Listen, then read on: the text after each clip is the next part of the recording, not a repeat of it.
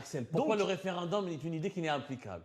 Parce qu'en Kabylie, il n'y a pas 10 millions de personnes comme en Catalogne qui sortent et réclament l'indépendance. C'est ce que tu crois. Bien. C'est ce que on tu le crois. voit. Regardez les à vidéos. l'époque de Bouteflika, il y avait quelques milliers qui sortaient pour Regardez le 20 les avril. vidéos. Regardez les vidéos. On ne mesure pas la popularité. Je connais les Catalans. On a eu des manifestations beaucoup plus importantes. Non. Écoute, les Il y a Catalans, eu 2 millions de Kabyles en Kabylie qui disaient vivre pour l'indépendance. Écoute, jamais eu ça. montre-moi une manifestation de 8 millions de Catalans. Oui, c'est récemment. N'avance Il y a pas.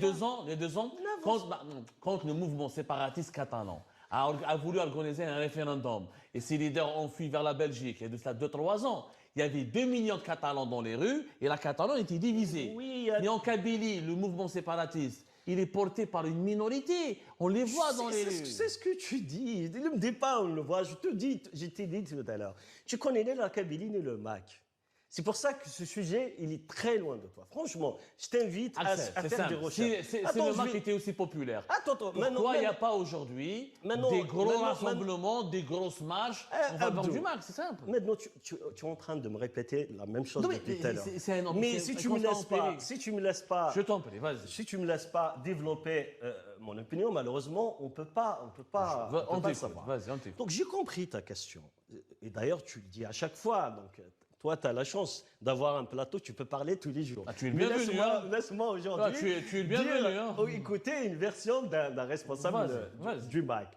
Donc, la Kabylie, elle est passée par plusieurs étapes.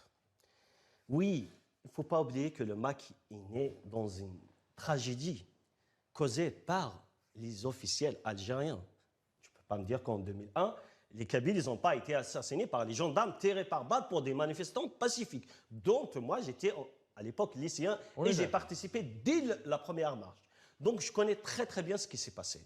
J'ai vu des scènes, j'ai participé à la marche du 14 juin. Donc, j'ai pas commencé le militantisme hier ou 2019. On est d'accord. Donc, j'ai connu la Kabylie, j'ai sillonné la Kabylie de bout en bout. Aujourd'hui, tu vas me dire, oui, tout à l'heure, tu me dis les Catalans, tu me dis 8 millions, après 2 millions. Écoute, chaque cause a ses spécificités. Déjà, de 1, nous, on n'est pas en train de comparer aux autres. Par contre, bizarrement, vous dites, pour le Polisario, qui a été créé de toutes pièces par le régime algérien, ils n'ont ni histoire, ni peuple, ni territoire. Ils ont le droit. Attends. C'est l'ONU qui considère Non, c'est pas l'ONU, c'est l'Algérie. Parce que tout simplement. Attends, je vais t'expliquer. C'est pas l'ONU qui considère le Sahara occidental comme territoire non autonome? Parce que tout simplement. Mais est-ce que c'est pas l'ONU? Je te réponds.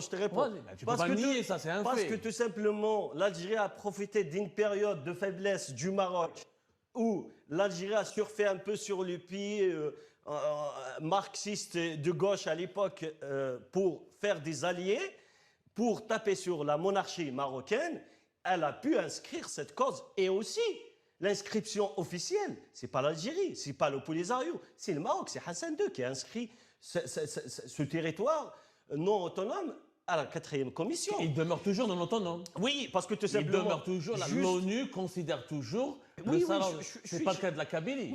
L'ONU ne dit rien sur la Kabylie. C'est pas une référence. Il y a des territoires de l'Angleterre qui sont inscrits dans la 4e commission. Il y a des territoires des États-Unis qui sont inscrits. Mais comme il y a d'autres peuples qui sont même pas passés par cette étape d'inscrire à la 4e commission, qui sont indépendants, je peux en parler du Soudan, par exemple, ils sont même pas passés par ce chemin. Donc, inscrire un territoire dans la 4e commission, et tu sais très bien que moi, l'ONU n'a jamais réglé un problème, n'a jamais réglé un conflit. Donc, aujourd'hui, l'Algérie, dans sa constitution, c'est parmi les rares pays dans le monde où le droit à l'autodétermination est dans la Constitution. Et elle soutient d'autres États, non seulement politiquement, mais aussi militairement. Et leur donne des armes. Et il y a un territoire actuellement, parce que tu viens, Abdo, me dire aujourd'hui, toi, en tant que Kabyle, pourquoi tu demandes l'indépendance, tu veux la séparation et tout ça. Or que, à quelques kilomètres dans le sud, les dirigeants algériens, ils ont donné un territoire sans consulter aucun Algérien pour des étrangers. Ils les ont ramassés un peu partout dans d'autres pays pour créer... Ouais, ce sont des camps de réfugiés gérés par un organisme de l'ONU. Du camp de réfugiés avec des armes hein? Est-ce que tu connais un camp de réfugiés Est-ce que tu connais un camp de réfugiés avec des armes? Non, le Polisario, il a une parcelle du territoire du Sahara occidental qui est 20% du territoire. Non, jamais. C'est pas un territoire exploitable. Ils sont pas là. Ils sont à Tindouf et tu le sais très bien. C'est sur le territoire algérien qui Oui, je vrai. Donc il y a une armée. Donc il y a un État dans un État. Assume son soutien à la cause sahraoui. Non, pas que assumer. Mais il y a un État dans un État parce que il y a des pays qui le reconnaissent. L'Union africaine reconnaît le pays. L'Union africaine, elle reconnaît la République arabe sahraoui. C'est encore pire. Mais elle est où cette république? Elle est où cette république? Elle est dans les 20% du territoire libéré. Elle n'est pas dans les 20%. Et dans les camps de réfugiés de Tindouf. Il est où le palais présidentiel du pays? Comment il s'appelle? Le Sahara arabe. Oui, mais Axel, contrairement à la Kabylie, le Sahara occidental fait l'objet d'une problématique du droit international. Ça, on a parlé. La Kabylie, elle ne fait pas l'objet d'un problème du droit international. Je viens de te dire. La grande différence. Je viens de te dire, tu n'as pas besoin de passer par la 4e commission pour avoir une cause indépendantiste. Nous sommes membres de l'EMPO. On connaît beaucoup de peuples qui ne sont pas inscrits à la 4e commission de l'ONU. Mais c'est des peuples qui sont très proches de leur indépendance, qu'ils ont une revendication indépendante. Depuis tout à l'heure, tu ne réponds pas à ma question. Oui. L'indépendance, vous allez la faire comment? Attends, on a le programme. OK, on est pour l'indépendance. Allez, on est pour l'indépendance. On vous donne l'indépendance. Comment vous allez gérer la Kabylie? C'est quoi votre programme? Donnez-nous votre programme. Écoute, c'est quoi votre vision? Le programme, ça intéresse les Kabylies, on l'expose quasiment tous les jours. Je ne l'ai pas vu. Assez de 3 idées. Si on avait, tu as très bien vu, le 14 juin, on a fait des portes ouvertes. On a exposé toutes nos institutions sur place toute la journée. Ils étaient en contact avec des Kabyles. Il y avait des médias en direct qui ont transmis. D'ailleurs, il y avait tous les détails, chacun dans sa spécialité. Tu vas me dire, je te donnerai le programme économique, je t'invite à le consulter, écrit programme économique de la Kabylie. Tu vas trouver notre programme en détail. Donne-nous un exemple ici. En détail. Donne-nous un exemple d'un mécanisme qui va assurer la survie de l'indépendance de la Kabylie. Écoute-moi. Déjà, non seulement, ce n'est pas ma spécialité au sein du MAC, et de deux, quand on parle d'un programme économique, on ne parle pas d'exemple. Est-ce qu'il y a un spécialiste du MAC qui est Bien sûr. Ok, alors on va le réinviter. Alors là, écoutez, en direct, on va l'inviter et on va discuter sérieusement de ce que sera cette indépendance voulue par le MAC. C'est possible ou pas?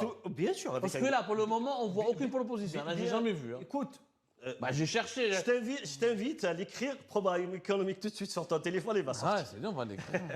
Il va sortir, donc il existe même en ligne. Donc, on continue en même temps la discussion. Donc, je te disais, Abdou, en tous les cas, l'Algérie, elle va vivre beaucoup mieux que ce qu'elle subit actuellement de la part du régime algérien. T'as trouvé? J'ai trouvé un lien sur l'agence Siwel. C'est ça. Voilà, c'est un lien, un document de 6 pages. Ah oui. Ouais, ça c'est le projet pour l'indépendance de la Kabylie, préambule. Mais je vois aucune proposition. Si. Je suis en train de lire. Valeurs de l'État kabyle, modalités. Pour y parvenir, laisse accompagner le cas échéant par les instances internationales. Mais je vois pas. Je suis là, j'ai cherché. Tu m'as dit taper, j'ai tapé. Oui, tu as tapé, tu as trouvé le résumé. Oui, un résumé de 6 pages. Et je vais t'envoyer le programme. Alors, un autre lien de 2016, feuille de route, les organisations du MAC, feuille de route. Ça, c'est c'est une organisation interne du MAC. Mais je ne vois aucun document qui parle de... Sachant que vous avez proclamé l'indépendance depuis avril 2024. Non. Vous êtes d'accord? Non. Le 25 avril, il y a une cérémonie officielle à New York et tout ça, non? On n'a pas proclamé l'indépendance. En tout cas, c'est ce qui a été écrit dans plusieurs médias. Mais en tout cas, je suis en train de chercher. Je ne vois aucun document qui résume la vérité. On a l'impression, honnêtement, je te le dis, Axel, on a l'impression que vous défendez une cause. C'est votre droit. Mais est-ce qu'elle est réaliste, cette cause? Abdou. C'est ça. Je vais te dire une chose. Est-ce que la Kabylie et son Algérie ne pourraient pas respirer parce qu'elle est enracinante? Est-ce que tu as besoin de le répéter des fois? Non, mais il n'y a pas de programme. Non, mais ne me dis pas. C'est pas parce que tu n'as pas trouvé sur ton téléphone qu'il n'existe pas, Abdou. Je suis en train Est-ce qu'on peut faire une émission dédiée? Je suis en train de te parler quel moment? Je suis quand même devant une télé. Ouais. Donc, je ne vais pas avancer des choses sur lesquels tout de suite les gens ils vont découvrir qu'ils n'existent pas. Je viens de te dire, le 14 juin, si tu t'es intéressé, tu vas venir ou bien tu vas regarder, tu vas entendre d'ailleurs un discours, une conférence sur le programme économique qui a duré 2h30 et où ils ont détaillé exactement comment elle va vivre la Kabylie le lendemain de l'indépendance. Le lendemain de l'indépendance. Comment elle va vivre. Donc, tout ça, je te dis, ce n'est pas ma spécialité, je n'ai pas honte de le dire. Ok, très bien. On fera une émission avec un spécialiste. Voilà, donc il n'y a aucun problème. Le responsable, il va venir et parler du projet économique de la Kabylie. Il n'y a aucun souci. Mais moi, je parle de l'aspect politique des choses. La politique sans l'économie, ça n'a pas de sens. Non, mais... Un pays qui proclame son indépendance. Mais je ne t'ai pas dit qu'il n'y a pas d'économie. Tu as parlé du Soudan du Sud. Le Soudan du Sud, tu sais quelle est sa situation aujourd'hui?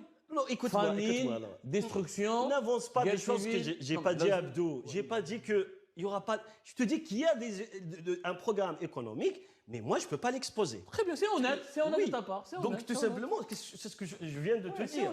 Donc, je laisse nos spécialistes dans le mouvement à exposer. Je n'ai pas le droit, d'ailleurs. En attendant, est-ce qu'on peut aborder un autre dossier très important?